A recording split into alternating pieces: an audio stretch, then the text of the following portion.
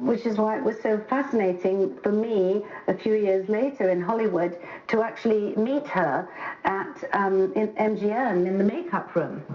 And she was so sweet because she was showing pictures of her children to everybody, and she was very bawdy. You know, I think that's something that a lot of people didn't know about her. She liked a salty turn of phrase, but then us English actresses always do that. And apart from great acting, you also shared, of course, a penchant for men and husbands, Joan. I hope you don't mind me saying that. Oh, you had 13 between you.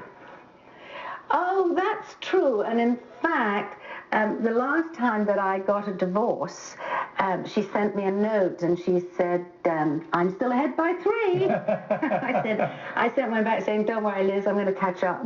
And Liz, I actually didn't call her Liz. I always called her Elizabeth because she didn't like being called Liz. And so I think people had a huge amount of respect for her. And the thing that was so amazing about her is that most women really liked her. She was a gal's gal, you know, like Carol just said. She was so one of the girls, and people like, and of course men just fell all over themselves for her. Yeah, an amazing woman, an incredible actress. Yes. Joan Collins, thank you so much for that insight. I really appreciate it. And I want to bring in someone who interviewed Elizabeth Taylor more than just about anybody else, my predecessor, Larry King. Larry, it must be a very sad day for you. You knew Liz Taylor probably better than most people. It is, Piers. I know her since the late 1970s, and as Joan and Carol have said, she was extraordinary in so many ways. If you look at her life, she was a great child star. Look at National Velvet. That picture holds up. A great screen actress, despite her beauty. Sometimes people are so beautiful that people overlook how talented they are. She was an extraordinary actress. She changed her faith. She became Jewish. She had one of the largest breakups in movie history. She broke up a marriage. Debbie Reynolds and Eddie Fisher retained her dignity, married Richard Burton twice, told me once that the great love of her life was Mike Todd, who died in a plane crash. Really? She was so giving, and when she supported you, if she liked you, you had no better friend. There's a lot of comparisons to Sinatra and her. They're both icons. Both said whatever they thought, didn't care what the press thought about them.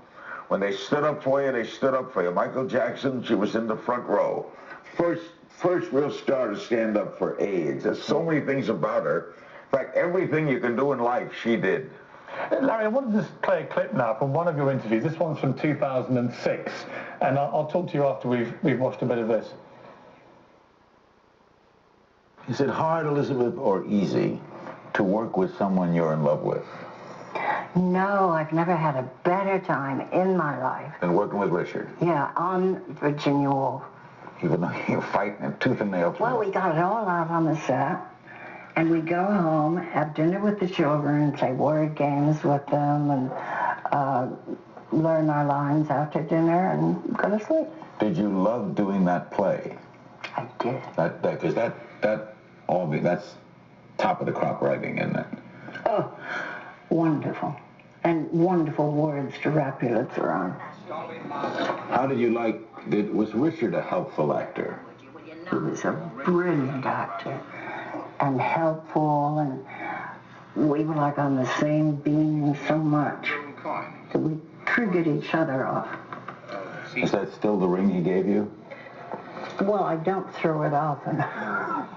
Can we get a shot of this ring, because it's sinking ships, and was this his engagement ring to you? No, it was like a couple of years later. Just a gift. Yeah. A bauble, he gave it to you. Yeah.